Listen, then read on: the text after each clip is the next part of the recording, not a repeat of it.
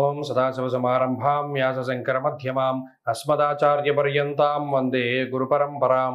జ్యోతిషాస్త్రాన్ని భావతరాల వారికి ప్రసాదించిన ఋషుల యొక్క పాదపద్మాలకి నమస్కారం చేసుకుంటూ, అలాగే నాకు ఈ జ్యోతిష విద్యను నేర్పిన గురువర్యులు జ్యోతిష బ్రహ్మ కీర్తిశేషులు శ్రీ ఈరంకి సూర్యనారాయణమూర్తి గారు, సూర్యశ్రీ దైవజ్ఞ గారి యొక్క పాదపద్మాలకి నమస్కారం చేసుకుంటూ, ఓం శ్రీ మహాగణాధిపతి నమః, శ్రీ గురుభ్యో నమః, హరి ఓం.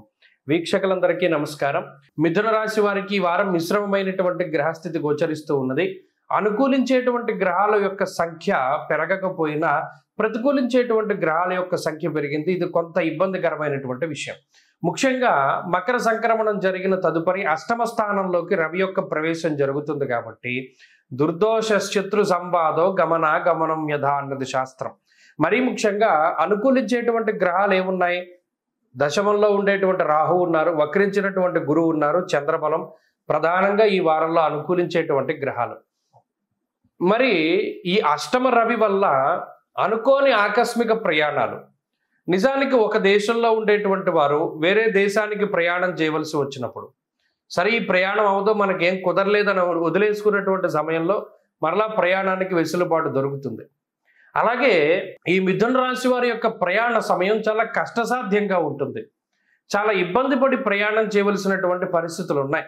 ఎప్పుడు చాలా సావకాశంగా లగ్జరీగా ప్రయాణించేటువంటి మిథున రాశి వారు ఇప్పుడు చాలా కష్టసాధ్యమైనటువంటి ప్రయాణాలు చేస్తారు. ఉన్నది ఎక్కుతారు, ఎక్కడికొకటి గమ్యం చేరుకోవాలి అనేటువంటి పరిస్థితుల్లో కొంత శారీరకమైనటువంటి శ్రమని అనుభవించడానికి అవకాశం ఉంటుంది. ఇది ప్రధానంగా గుర్తుపెట్టుకోవాలి.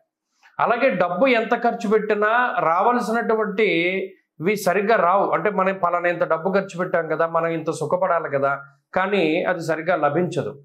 ఖర్చు పెట్టినటువంటి ధనానికి తగినటువంటి దాన్ని తిరిగి పొందేటువంటి అవకాశాలు తక్కువగా ఉన్నాయి. మనం ఏదైతే ఎకానమీగా డబ్బు ఖర్చు పెడుతున్నా దానికి కావాల్సినటువంటి ట్రీట్మెంట్ మీకు రాదు.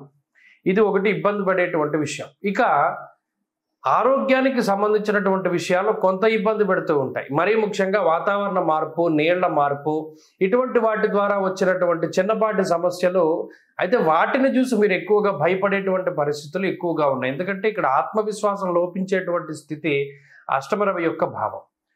అయితే ఆర్థికంగా ఈ రాశి వారికి ఏమి ఇబ్బందులు ఉండవు, ఆరోగ్యపరంగా ఈ వారంలో ఎటువంటి సమస్యలు ఉండవు, కుటుంబ పరంగా కూడా ఈ రాశి వారికి ఎటువంటి సమస్యలు ఉండవు. ఉన్నవన్నీ కూడా ఏంటంటే చిన్న చిన్నవే.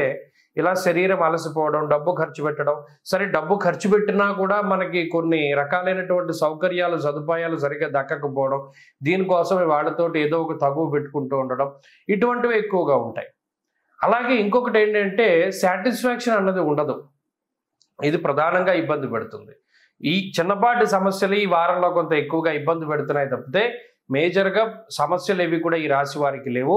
ప్రత్యేకించి ఆర్థిక పరమైనటువంటి విషయాలు కూడా అంత ఇబ్బందికరంగా లేవు. మిథున రాశి వారి ఈ వారంలో మరింత అనుకూలమైనటువంటి ఫలితాలని సాధించడానికై విష్ణుమూర్తి యొక్క ఆరాధన చాలా మంచిది. విష్ణు సహస్రనామ స్తోత్రాలను పఠిస్తూ ఉండడం వల్ల మంచి ఫలితాలు సిద్ధిస్తాయి. ఈ వారంలో కలిసి వచ్చేటువంటి రోజు గురువారంగా చెప్పవచ్చును. అదృష్ట సంఖ్య 5, అదృష్ట వర్ణము లేత పసుపు రంగు. తదుపరి కర్కాటక రాశి.